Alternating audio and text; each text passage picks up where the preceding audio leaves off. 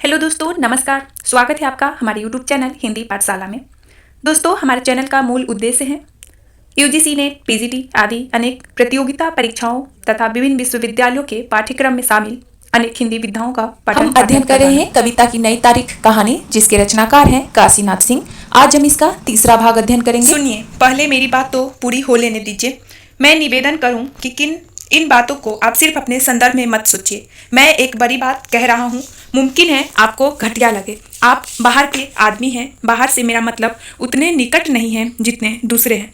उदाहरण के लिए मेरे पिता को लीजिए। उन्होंने मुझे पढ़ाया लिखाया और इस लायक बनाया कि एक अफसर बनूं। हालांकि सारा श्रेय वे खुद लेते हैं। गोया इस होने में मेरी बुद्धि, मेहनत और वजीफों की कोई कीमत नहीं। फिर भी वे कहते हैं और मैं मान लेता हूँ। तो वे पढ़ा लिखा कर अफसर बनाकर मुझसे क्या चाहते थे? सीधी सी बात है कि चाहते थे मैं सुखी होऊं, रुपए पैसे कमाऊं, किसी बात के लिए दूसरों के आगे हाथ ना पसारूं, उनकी और घर की इज्जत आबरू बढ़ाऊं, उन्हें और माँ और भाइयों को आराम और सुविधाएं दूं। यही है, यही ना? सुन रहे हैं ना मेरी बात? मैं जब इस लायक हुआ तो बोला, पिताजी अब चले आइए, आराम से अपने दिन काटिए। मैंने उनके कमरे में पंखा लगवाया, मसहरी लगवाई, डनलप का गद्दा बिछवाया, कोने में ठाकुर जी की मूर्ति रखवा दी। नौकर को हिदायत दी कि उन्हें कोई तकलीफ ना हो। ड्राइवर से कहा अगर वे शाम को घूमना चाहें तो पूछकर जहाँ कहें वहाँ घुमा लाओ। मैं खुद 10-15 मिनट के लिए रोज उनके पास बैठ लेता था। लगता भी था मुझे कि वे बड़े खुश और संतुष्ट है। लेकिन 10-15 दिन बाद मैं एक दिन ऑफिस से लौटा तो पता चला कि बिना किसी से कहे अपना दंडक मंडल उठाकर गांव चले गए। जाहिर था कि मुझे बुरा लगता और लगा भी। खैर, मैंने सोचा कि बूढ़े हुए कोई बात नहीं। बहुत बुलाने पर एक बार माँ आई। 4-5 दिन बाद वह भी कहने लगी मुझे गांव पहुंचा दो। मैंने पूछा भी कि यहाँ क्या तकलीफ है? तो कुछ नहीं, बस आराम ही आराम है। यहाँ की तारीफ करते हुए इतनी खुश हुई कि रोने लगी। फिर एक एक कर भाई आए और भाई साहब आकर जो गए, इनमें से दोबारा कोई नहीं आया। यह नहीं कि आने का मौका नहीं मिलता, बस यह कि कोई आना नहीं चाहता। आप बता सकते हैं कि वे क्यों नहीं आना चाहते? मैं यह हरगिज नहीं मान सकता कि उन्हें मेरे सुख से चिढ़ है, क्योंकि वे मुझसे यही चाहते थे। हाँ, बीच में एक बात और रह गई। रुकिए जरा। उसने अपनी और मेरी गिलास भरी और आधी गिलास खत्म करने के बाद एक लंबी डकार ली। पिताजी से मैंने अनुमान लगाया कि शायद मैं इन लोगों से ढंग से बात नहीं कर पाता हूँ। शायद ये लोग अधिक से अधिक मेरा साथ चाहते हैं, मुझसे बतियाना चाहते हैं। आप समझ सकते हैं कि यह कितना मुश्किल काम है। आप किस चीज़ के बारे में उनसे बात करेंगे? रूस और अमेरिका के बारे में, विदेश नीति के बारे में, साहित्य या राजनीति के बारे में, फिल्म के बारे में, दुनिया या देश की किस समस्या के बारे में आप उनसे बात कर रहे हैं। लेकिन शायद वे चाहते रहे हों।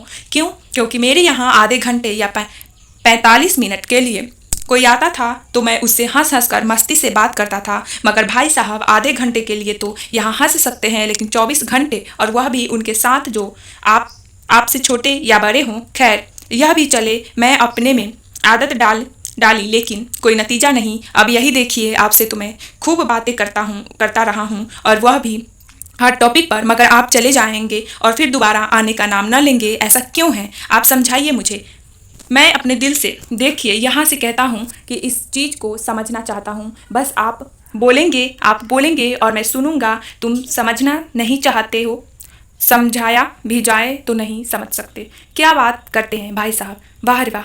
आप जनता को समझाने का दावा करते हैं और मुझे नहीं समझा सकते। उसके तुरंत अपनी भौहें चिटकी से मसली। नहीं, मेरे कहने का मतलब यह था कि जनता आपकी बात समझ सकती है और मैं नहीं। हाँ, जनता इसलिए समझ सकती है कि वह समझना चाहती है। मैंने जोर दिया। कवि जी, माई रिस्पेक्टेड कवि जी, आप सीधे सीधे यह क्यों नहीं कहते कि मैं इसलिए नहीं समझ सकता कि आप समझा ही नहीं सकते? आपके पास घिसे पीटे कुछ पारिभाषिक शब्द हैं। आप कहेंगे कि मेरा वर्ग चरित्र बदल गया है, यही ना? आप 1,500 रुपये पाते हैं और पाई को दांत से पकड़ते हैं, और आपका वर्ग नहीं बदला, और 1,000 रुपये मासिक पाने वाले मुझ गरीब का वर्ग बदल गया। अगर मैं किसी भी हिकमत से ऐसो आराम की जिंदगी जीना चाह रहा हूँ तो इसमें किसी के बाप का क्या? और कौन नहीं चाह रहा है? क्या मैं 100 रुपये की शराब पी रहा हूँ और आप 98 के चट्टा का रस पी रहे हैं? सानू, बेहतर हो चुप हो जाओ, बातें बंद। मैंने गिलास उलट कर रख दी। सॉरी भाई साहब। उसने झुक कर मेरी गिलास खड़ी कर दी। बातें बंद नहीं होंगी और देखिए अब तो फुइयाँ भी पड़ने लगी। कोई कविता ही सुनाते आप। अब मैं नहीं बोलूँगा, आप सुनाइए, लेकिन उठा पटकने वाली नहीं, कोई दिलदार कविता। हाय हाय क्या कहने, कविता ए दिलदार नगर, कवि और कविता ए दिलदार नगर। वह फुइयों की तरह अपना चेहरा करके कुछ देर चुप रहा। भाई साहब, अब मेरा दोष नहीं, मैंने आपको मौका दिया और आप चुप रहे। हालांकि जो आदमी दूसरों को सिर्फ सुनाता रहे और खुद चुप रहे वह खतरनाक होता है, क्योंकि वह क्या सोच रहा है यह पता नहीं चलता। लेकिन कोई बात नहीं, मैं कुछ कहना चाहता हूँ, आप मुझे आज्ञा दे। आपको मालूम है हम अफसरों में कवि का क्या मतलब है। कवि का अर्थ है फटीचर, चुतिया, कामचोर, निठल्ला, चिरकुट। बुरा न मानेंगे आप, आपके लिए दिल में बेहद इज्जत है और यह भी है कि यह अर्थ आप पर नहीं लागू होता, लेकिन जो मैंने कहा वह सच है। इसके सिवा किसी दूसरे रूप में मैं कवि को नहीं जानता। आप जानते हैं कि साल में 1-2 बार सम्मेलन मैं खुद करवाता हूँ ऑफिसर्स क्लब की ओर से। इसके सिवा शहर में जो भी आयोजन होते हैं उसमें बुलाया जाता हूँ और 5 मिनट के लिए सही जाता जरूर हूँ।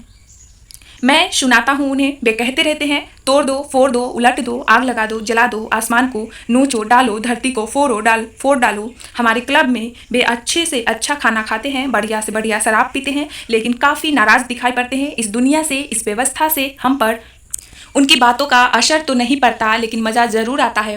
कुछ देर के लिए जायका बदल जाता है। उनकी उत्तेजना हमें बड़ी दिलचस्प लगती है। उन्हें गंभीरता से लेने की कभी हमें ज़रूरत नहीं महसूस होती। कभी कभी लगता है कि वे एक अच्छे मनोवैज्ञानिक केस हो सकते हैं। खैर, इन बातों को छोड़िए। शहर में गोष्ठी के नाम पर, पत्र पत्रिका के नाम पर, संस्था के नाम पर, दवा दारू के नाम पर, अपील छपवाने के नाम पर कवि लोग चंदे के लिए आते रहते हैं। बड़े साहस के साथ इस अहाते में घुसते समय बड़ी हिम्मत से काम लेते हैं और मैं आपसे झूठ नहीं बोलूँगा, उन्हें चंदे देता हूँ, क्योंकि उन्हें चंदे देना मुझे अच्छा लगता है, क्योंकि इससे मुझे अपने बड़प्पन का एहसास होता है। सेठों के सम्मान से कवियों द्वारा सम्मान कहीं बड़ी चीज़ है, हर हालत में बड़ी। आप यकीन कीजिए भाई साहब, शुरू में चंदा देने से पहले मैं बेमतलब के काम करने के लिए उन्हें ऐसे डांटता हूँ जैसे अपनी धोबिन को, जैसे सब्जी वाले को, यहाँ तक कि रहमत अली को। फिर भी वे मेरी इज्जत करते हैं और इतनी जितनी आपकी भी नहीं करते। माफ़ करिएगा, विश्वास ना हो तो चलिए किसी भी गोष्ठी में चलिए, देखिए लोग आपके स्वागत के लिए दौड़ते हैं या मेरे।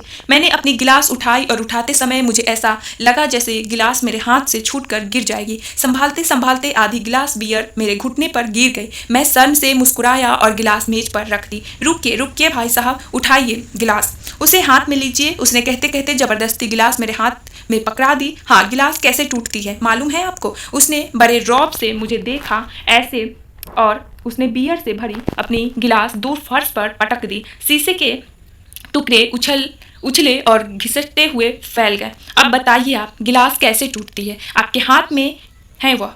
हाँ, कैसे? वह क्षण भर मेरी ओर देखता रहा। आप हद कर रहे हैं, गिलास की तरफ मत देखिए और न उनकी खूबसूरती पर जाइए। ऐसी गिलासें आती जाती रहेंगी, बस तोड़िए। 1 2 3। उसने झल्लाकर गिलास छीन ली और पूरी ताकत से उसे ऊपर उछाल दिया। हाँ, तो अभी अभी एक का घंटा बचा है और हम यह नई तारीख नए गिलास से शुरू करेंगे। सागा ओ सागा। सागा 2 गिलासों के साथ हाजिर हो गया। लगा कि गिलास के टूटने की आवाज़ के साथ ही उसने गिलासें निकाल रखी थी। हाँ, तो नए गिलास और नई तारीख और रहमत अली। आपने पूछा नहीं कि यह रहमत अली क्या चीज़ है। यह रहमत अली मेरा अर्दली है और शायर भी है। मेरे मन में आया था कि आपको बता दूं, फिर सोचा बताना ठीक नहीं है। पता नहीं आप क्या सोचेंगे। यह परसों की बात है, लंच से थोड़ा पहले की। मेरे दफ्तर के आगे गैलरी में थोड़ा शोरगुल जैसा हुआ। जब कोई ऐसा आदमी आता है जो रहमत को टिप नहीं दे पाता तो वह साहब से यानी मुझसे नहीं मिलने देता, लाख चाहने पर भी नहीं मिलने देता। जब थोड़ी देर तक बहस मुबाहिसा चलता रहा तो मैंने घंटी बजाई। क्या बात है, मैंने पूछा। उसने बताया कि एक सड़ियल आदमी आया है जो आपसे मिलने की जिद कर रहा है। कहता है कि साहब के घर एक लेखक आए हुए हैं, कुछ जादू फादू करके उनसे मिलना है। मैंने कह दिया कि साहब के यहाँ ऐसे आलतू फालतू लोग नहीं आते, लेकिन वह अड़ा है। बुलाओ बुलाओ उसको। मैंने उसे डांटा और भेजा तो पता चला कि वह रहमत को गालियाँ देता हुआ चला गया है। हालांकि देर तक मैं सोचता रहा कि कवि या लेखक वह भी रहा होगा और रहमत भी है, फिर उसने ऐसा क्यों किया। और देर तक सोचने के बाद मैं इसी नतीजे पर पहुंचा, भाई साहब, कि पैसा बड़ी चीज़ है। लोभ या लाभ अपने भाई को नहीं पहचानता। जाति तो दिगर चीज़ है। पानी बंद हो गया था। उसने आसमान के अंधेरे में देखा, जैसे उसकी समझ में ना आ रहा हो कि यह साला क्यों बंद हो गया।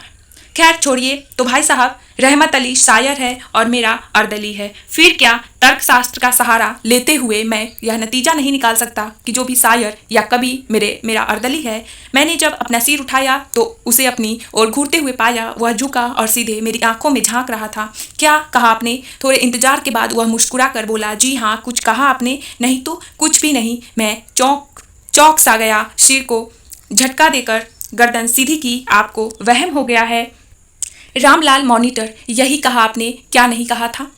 वह शरारत से अपनी गिलास मेज पर रखते हुए बोला, मैं उखड़ गया सचमुच। जहां तक मुझे याद है मैंने ऐसा कुछ भी नहीं कहा था। जी नहीं, मैं कह ही नहीं सकता, बिल्कुल नहीं। उसने जोर से ठहाका लगाया, झुककर मेरे बाल झकझोरे और हिलता हुआ खड़ा हो गया। उसके सिर के लंबे बाल थिरक रहे थे और उसने झरने वाली फुहिया मेज पर रखी गिलासों में पड़ रही थी सागा माचिस। वह चिल्लाया। उसने मेज के निचले खाने से डिब्बी उठाई और ओठों के बीच सिगरेट लिया। मैंने खाने में रखी माचिस उसकी ओर बढ़ा दी। रख दीजिए उसे, वह आता होगा। अबे सागा के बच्चे, वह दोबारा और ऊंचे स्वर में चिल्लाया। सागा आंखें मलता दौड़ा हुआ आया और उसने सिगरेट सुलगा दी। साले, तेरा बाप रत जगा करेगा और तू सोएगा, ए? सानू ने सागा के चूतर पर हंसते हुए एक लात जमाई। Get out. अपनी इस गेटवे ऑफ इंडिया के साथ, समझा? इंडिया के साथ गेट आउट। सागा के जाने के बाद सानू मेरी ओर देखकर हंसा, मेज हटाई और घुटनों के बल मेरे आगे बैठ गया। मेरे मिस्टर साड़ू भाई, सचमुच आपने कुछ नहीं कहा। कुछ कहा ही नहीं आपने, लेकिन बहुत कुछ कह दिया। आपके शरीर से एक आवाज हुई, विस्फोट। क्या कहते हैं साहित्यिक हिंदी में? ध्वनि। लेकिन नहीं, उस ध्वनि के लिए सही शब्द विस्फोट ही रहेगा। घुमड़, घमंड, घटा घन की घनेरे आवे, गरजी गई तो फेरी गर्जन लागिरी। किसका कवित्व है यह? मैंने भी हिंदी पढ़ी है कवि जी, थोड़ी बहुत जानता हूँ और शौक भी रखता हूँ। हाँ, तो विस्फोट सभ्य समाज में इसे लोग अशिष्टता समझते हैं, अशोभन समझते हैं, यहाँ तक कि बदतमीजी, गुस्ताखी। जी हाँ, बदतमीजी। ऐसी आवाज़ सुनकर शर्माते हैं लोग, हंसते हैं। लेकिन क्यों हंसते हैं यह समझ में नहीं आता। क्यों? क्योंकि शास्त्रों में कहा गया है। देखिए बरखुरदार, यह आप नहीं कह सकते कि शास्त्र आप ही ने पढ़ा है। मेरा भी एक पेपर था, संस्कृत, कुमार संभव। तो कहा गया है, शरीर मध्यम मृग खलु धर्म साधनम। यह शरीर ही सारे धर्मों का साधन है। और चूंकि विस्फोट भी एक धर्म है, आहा, फिर तर्कशास्त्र, इसलिए शरीर उसका भी साधन है। मगर लोग हंसते क्यों हैं? अच्छा तो बस अब चुप हो जाओ, होश में नहीं हो तुम। मैं खड़ा हो गया और 2-4 कदम चलकर मेज के सहारे रुक गया। वहीं से बैठे बैठे सिगरेट का धुआं उसने मेरे मुंह पर फेंका, जैसे वह धुआं नहीं बियर हो। जनाब, होश में वह नहीं रहता जिसे पीने को कभी कभी मिलती है। Shut up. मैं जोर से चीखा और गिलास, बोतल, सिगरेट, प्लेट और दूसरे सारे सामानों को लिए मेज के साथ फर्श पर लुढ़का दिया गया, मुंह के बल।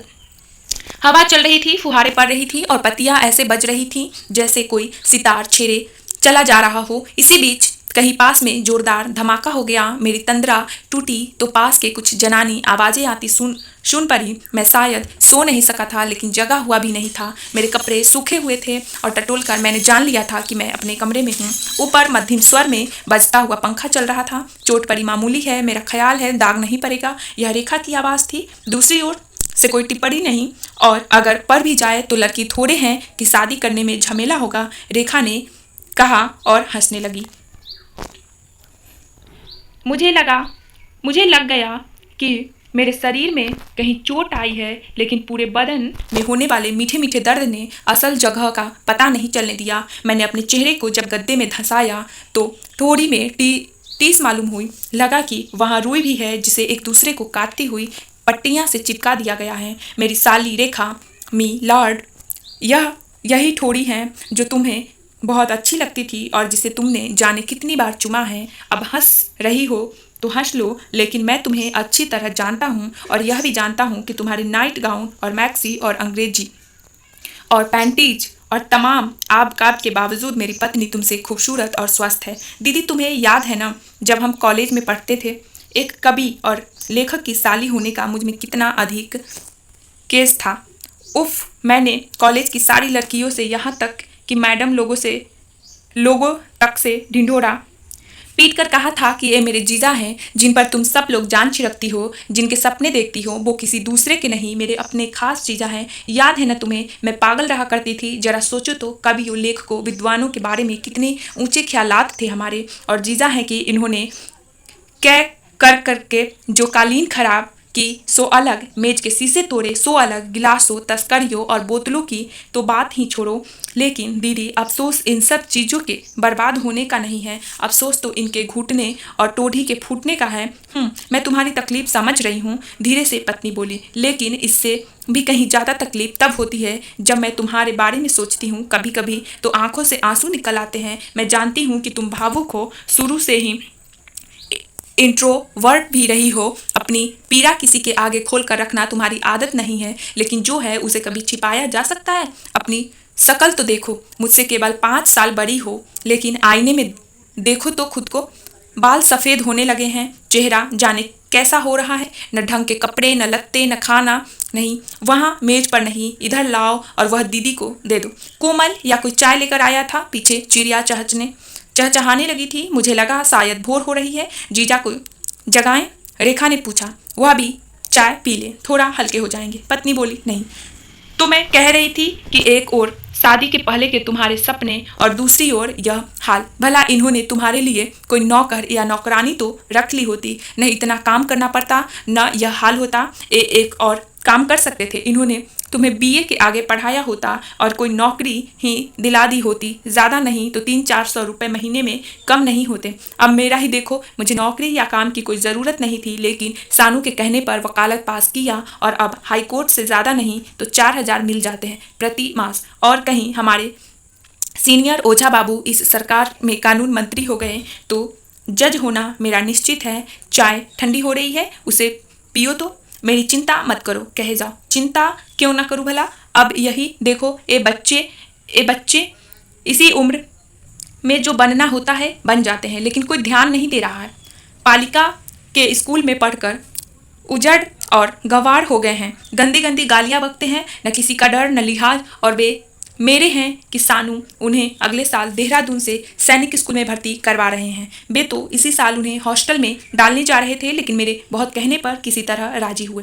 पापा, यह उजड़ क्या होता है? छोटे ने मेरी पीठ में कोचा। मैं चुपचाप बिना हिले डुले पड़ा रहा। अम्मा, मौसी क्या बोल रही है? सो जा बेटे। कुछ नहीं, रेखा ने चुचकारा। हाँ, सो जा, अच्छे बेटे बड़ों का कहना मानते हैं। अरे कोमल, सुबह हो गई है, जरा मानस वाले रिकॉर्ड तो लगाना। हाँ दीदी, जरा यह बताओ कि मकान वही है या कहीं और ज़मीन ली है? वही है। उसे तुम छोड़ क्यों नहीं देती? झोपड़ी जैसा मकान, ऐसा क्या है कि उससे चिपकी हुई हो? अब यही देखो, हमने ज़मीन इस शहर में भी ले रखी है, इलाहाबाद में भी और बम्बे भी। बम्बे में लिया तो नहीं अभी, लेकिन इनका तबादला हुआ नहीं कि ले लेंगे। हमारे बीच झगड़ा सिर्फ इस बात को लेकर है कि पहले मकान कहाँ बने। मैं प्रैक्टिस छोड़ना नहीं चाहती और पता नहीं क्यों इन्हें इलाहाबाद बहुत अधिक पसंद है। जाने क्यों इन्हें नदी और समुद्र का किनारा इतना अच्छा क्यों लगता है। अरे हाँ, सानू ने यह बताया कि नहीं कि हम सितंबर में 3 महीने के लिए स्टेट्स जा रहे हैं सरकार की ओर से। जा तो वही रहे हैं, लेकिन साथ में मुझे भी चलने के लिए कह रहे हैं। मेरे सामने सवाल है बच्चों का। देहरादून चले गए तब तो कोई बात नहीं, वरना सोच रहे हैं क्यों ना 3 महीने के लिए बाबूजी के यहाँ रख दे। कम से कम एक बार ननिहाल तो देख ले, फिर बड़े होने पर किसे फुर्सत मिलती है। क्या राय है तुम्हारी? यही मैं कहने जा रही थी रेखा की, हमें आए 6-7 रोज हो रहे हैं, आज चले भी जाएंगे। तुमने दुनिया भर की बातें की, लेकिन एक बार भी नहीं पूछा कि बाबूजी कैसे हैं। थोड़ा रुककर पत्नी ने कहा, अरे हाँ सॉरी दीदी, मैं तो भूल ही गई थी। अच्छा बोलो, कैसे हैं बाबूजी? अच्छे हैं। लगा कि पत्नी हंसी है। उनसे कहना कि रेखा ने बुलाया है, एक बार यहाँ भी आए। भूलना नहीं प्लीज़। यह भी कहना कि हम उनसे बहुत नाराज हैं, कह दूंगी। और कहना कि इधर नहीं, सितंबर में आए और अपनी नीतियों को लिवा जाएं। यह भी कह दूंगी, मगर वे कैसे लिवा जाएंगे? पत्नी थोड़ी देर के लिए कहीं, रेखा तुम्हें मालूम है कि उन्हें गुजरे हुए आज 7 महीने हो रहे हैं वहाँ। What is it so? नहीं, यह सच नहीं है दीदी। रेखा का स्वर आश्चर्य से रुआंसा हो उठा। दादा या किसी ने खबर क्यों नहीं दी हमें? तुम्हें तार दिया था मैंने, खुद मैंने। रेखा के शिशकने की आवाज़ सुनाई पड़ी। अरे कोमल, तार का एक फॉर्म तो ले आना, अभी मैं दादा को संवेदना का तार दे रही हूँ। दादा ने भी एक पत्र लिखा था, यह घर है कि मजाक, तार न मिलता तो चिट्ठी मिलती, चिट्ठी नहीं तो तार मिलता, कुछ भी तो नहीं मिला। सच कहती हूँ दीदी, इतनी चिट्ठियाँ आती है, इतनी की ज़रूरी गैर ज़रूरी का कोई ध्यान ही नहीं रखता। मैं अकेले क्या करूँ। खैर, दादा को अलग से एक पत्र डालूंगी और साफ साफ लिखूंगी कि इस तरह संबंध नहीं निभ सकता। बताओ भला, यह कोई ढंग है।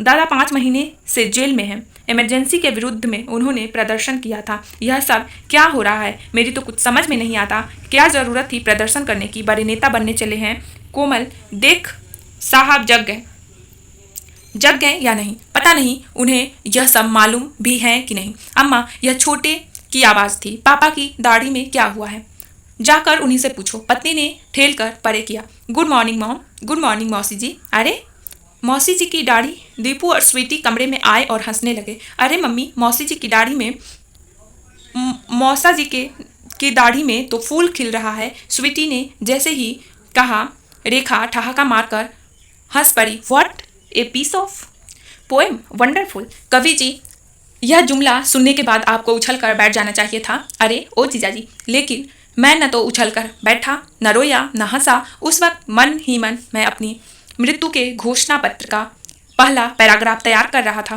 आंसू और गुस्से और ग्लानि का मिला जुला ऐसा रसायन कि पढ़ने वाले वाह वाह कर उठे, और अगर कहीं फर्क भी उठे तो क्या बात है।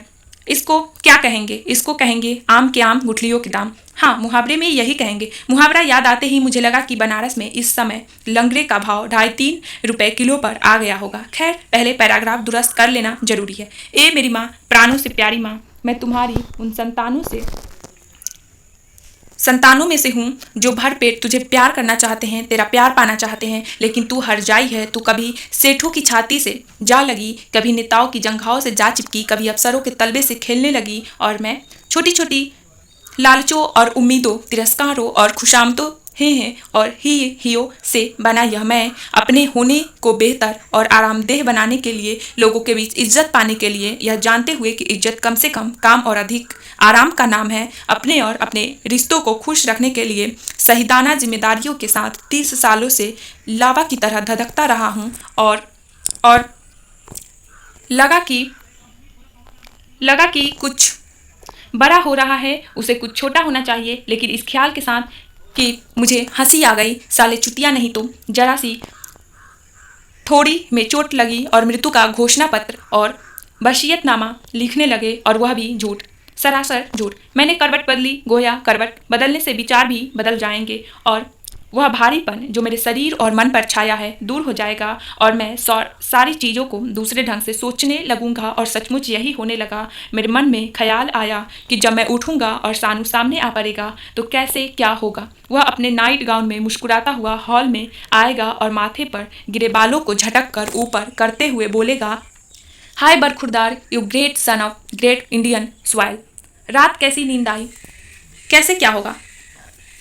मैं ठोड़ी पर रुई चिपकाए लंगड़ाते हुए क्या जवाब दूंगा, और मुझे लगा कि मैं मुंह चुरा रहा हूँ और ज़बरदस्ती मेरे चेहरे को अपनी ओर करना चाह रहा है। मैं आंखें बंद रखना चाहता हूँ और वह उनमें झांकना चाहता है, अपनी मूँछों के नीचे मुस्कुराते हुए। जैसे जैसे उसके पतले ओठ फैलते गए, मूँछ काले कोरे की तरह तनती चली गई। कोरा पीछा कर रहा है और मैं भाग रहा हूँ, भागना चाह रहा हूँ, और 5 जहाँ के तहाँ है मदद के लिए चिल्ला रहा हूँ, लेकिन कंठ से आवाज़ नहीं फूट रही है।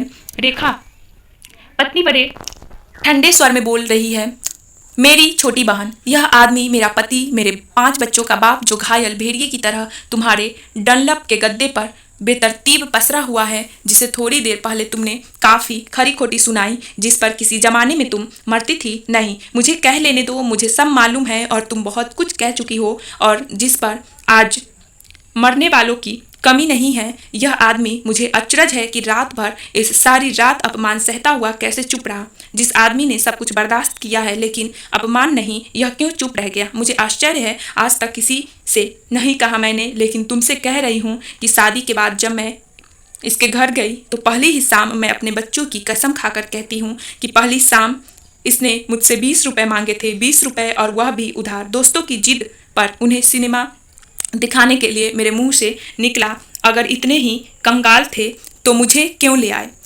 हे बच्चों, तुम लोग बाहर जाओ, जाओ बेटा, बाहर खेलो। हाँ, तो मुझे कहना नहीं चाहिए था, लेकिन मुंह से निकल गया तो निकल गया। और इधर देखो, मेरे बाएं गाल पर आज भी एक उंगली का निशान है। और यह भी बताऊं कि जिसे सुहाग रात कहते हैं, उसे मैंने ब्याह के 3 महीने बाद जाना, और तब से मैं बराबर देखती रही कि इसने कभी किसी का रोब नहीं सहा, किसी के आगे हाथ नहीं फैलाया, किसी की खुशामद नहीं की, किसी का ताना नहीं सहा। और आज वही आदमी यहाँ लाश की तरह पड़ा हुआ है। क्यों ऐसा, क्यों हुआ ऐसा? देखो दीदी, अब बस करो, सुनाने के लिए मैं भी बहुत कुछ सुना सकती हूँ। अब इसे अधिक क्या सुनाओ कि तुम्हारे पास बचा ही क्या है सुनाने के लिए? मैं तो रेखा इसलिए कह रही हूँ कि रात भर रोती रही हूँ, सारी रात। मेरी ये पलके देखो, और रात ही क्यों, जब से आई हूँ तब से रोती रही हूँ। मैंने इस मर्द के साथ 16 साल गुजारे हैं, सारी जवानी गुजारी है इसके साथ, और मैंने किसी नशे का असर नहीं देखा इस पर, चाहे शराब हो, चाहे गांजा, चाहे भांग, चाहे दौलत। हाँ, दौलत। यह धनी से धनी और दबंग से दबंग आदमी के साथ ऐसे पेश आता रहा है जैसे वह कौड़ी का तीन हो। मेरे कहने का यह अर्थ कतई मत लेना कि मैं इसके या अपने अपमान का बदला ले रही हूँ ना, ऐसा मत सोचना। बदला मैं तुमसे क्या लूंगी, जिसे यही नहीं मालूम कि उसके बाप को गुजरे कई महीने हो गए और भाई घर पर है या जेल में। नहीं, पहले पूरी बात तो सुनो। मेरी मुश्किल यह है सिर्फ कि उसने खुद अपनी ठोड़ी क्यों फोड़ ली, जानबूझकर क्यों फोड़ी? क्या इसलिए कि यह सानू का कुछ नहीं कर सकता था? क्या इसलिए कि वह मेरा रिश्तेदार और तुम्हारा पति था? क्या इसलिए कि शुरू से ही तरह तरह की फरमाइशें करके, यह मांग के वह मांग के, दूसरों की देखा देखी अपने भीतर अपने सपने जगा के औरों के आगे इसे ना चीज ठहरा के मैंने इसे कुंद बना दिया, इसकी धार भोथर कर दी? वरना तुम एक इतने से बच्चे तक इसकी दाढ़ी पर फूल खिलाकर चले जाएं। और यह मेम साहब, फोन आया है मेम साहब का। कोमल किचन या सानू के कमरे में चिल्लाया। सोना सिसक रही थी और उसकी आवाज मानस की चौपाइयों और सुबह की हवा और बेला की गंध के साथ हिलती डुलती रही। मुझे लगता रहा कि मैं जो क्षितिज के किनारे बड़ी देर से थके बादल के टुकड़े की तरह ठहरा हुआ था, अब आसमान में धीरे धीरे तैर चला हूँ। मेरी प्यारी पत्नी, मैं विश्वामित्र के समान छाती पर लहराती हुई सफेद दाढ़ी के साथ दोनों हाथ फैले जैसे उठ खड़ा हुआ। मांग ले, जो भी तुझे मांगना हो मांग ले। मैं यह सारी दुनिया फूलों की तरह, देखो, यूं उंगलियों में उठा कर फूलों की तरह तुम पर बरसा सकता हूँ। हाँ, फूलों की तरह यह सारी दुनिया। मगर एक काम करना, घर की गली के सामने उतरते समय यह न कहना कि बच्चों के लिए कहीं से 1.5 किलो इमारती ले लो। फिर भी, हालांकि जेब खाली हो चुकी है, फिर भी प्रिय प्राणों की प्राण मुझ में इतनी शक्ति है कि तुझे सीने से लगा लूं, बाहों में उठा लूं, उस हिस्से को चूम लूं जहां मेरी उंगली का दाग है। अरे, साहब का फोन आया। क्या मतलब, सानू कहीं बाहर गया है क्या? मैं मारे खुशी के उठकर बैठ गया। पत्नी ने कोई जवाब नहीं दिया। यार, अब यह मर्सिया पढ़ना बंद करो, तैयार हो जाओ जल्दी से, फटाफट। अगर वह नहीं है तो भी निकल चलते हैं। मैंने फर्श पर खड़ा होने की कोशिश की, लेकिन जोर के दर्द ने रोक लिया। पत्नी ने मुझे देखा और देखती रही। वे इस तरह देखती रही जैसे अभी अभी ब्याही हुई गाय अपने बाछे को देखती है। इस तरह देखती रही जैसे हम 16 साल बाद मिले हों। मैं उनके आगे पहली बार शर्माया, और कुछ ऐसा शर्माया कि उठकर अपना मुंह उनके आंचल के अंदर लिया। वे चुपचाप मेरे बालों में उंगलियां से कंघी करती रही। भारत माता, मैं व्यंग से मुस्काते हुए खड़ा हो गया। आज्ञा दीजिए। उनकी ठोड़ी के नोक पर आंसुओं की बूंदें दोनों गालों से सरक कर जमा हो रही थी, और उनके टपकने की रफ्तार थोड़ी तेज हो गई थी। दर्द ज्यादा तो नहीं है? वे बिना सिर उठाए बोली। क्या कहा? ज्यादा है ही नहीं। वे चुप हो गई और कुछ देर तक सोचती रही। आओ, रिक्शा ले आओ, चल तो सकते हो ना? उनकी आवाज बेहद ठंडी और शांत थी। अरे जीजा जी। रेखा कमरे में घुसते ही चौंक गई। आप तो, अरे वाह, गाड़ी 12:30 बजे जाती है आपकी, तब तक आप चंगे हो जाएंगे। डार्लिंग, आज 7 ही बजे जाएंगी, तुम्हें मालूम नहीं? मैं उसे देखकर हंसा और सोना की ओर मुड़ा। ऐसा करो कि इनके सारे सामान निकाल कर अलग रख दो, इनका कुछ नहीं ले जाना है। मैं रिक्शा लेकर आ रहा हूँ। नहीं, यह क्या कर रहे हैं आप लोग? 12 बजे खन्ना की जीप आएगी, और अभी सानू ने फ़ोन किया था कमिश्नर साहब के यहाँ से कि हम सीधे 12 बजे स्टेशन पर मिलेंगे। अभी किसी ने मुंह हाथ नहीं धोया है, नाश्ता नहीं किया है। पत्नी ने रेखा के हाथ पकड़ लिए। हम नाराज नहीं हैं मेरी छोटी बहन, हम बड़े खुश हैं। तुम लोगों की खातिरदारी से हम बड़े संतुष्ट और खुश है, लेकिन हम पर तरस खाओ, हमें जाने दो। ईश्वर के लिए प्लीज अब मत रोको, हम फिर आएंगे, कहोगी तो फिर आएंगे और बहुत दिन रहेंगे, लेकिन अब की जाने दो, मेरी बात मानो, हम सचमुच खुश है। दाहिनी टांग घसीटते हुए मैं दरवाजे के बाहर आया और बरामदे में खड़ा हो गया। आसमान साफ था, धरती सूखी थी और सामने से ठंडी हवा आ रही थी। मैदान और आधा हिस्सा छाया में था और आधा धूप में। मैदान के पार धूप वाले हिस्से में 2-3 रिक्शे खड़े थे, जिन तक आवाज पहुंच भी सकती थी या नहीं मुझे संदेह था। मैंने शहर के पूर्वी किनारों पर बादल के एक छोटे से टुकड़े के साथ जूझते सूरज को देखा। वह जैसे ही पल भर के लिए बादल हो गया था। मैं पूरी ताकत से चिल्लाया, गुड मॉर्निंग सर। मेरी आवाज रिक्शे तक नहीं पहुंच सकती थी। मुझे लगा, मैं मुस्कुराया और मैदान के बीच से भौचक्के हुए चल पड़ा, सीना ताने और गर्दन उठाए, गोया इतने में मेरा भौचक्का छिप जाएगा। तो ये थी हमारी आज की क्लास और कविता की नई तारीख कहानी का अंतिम भाग।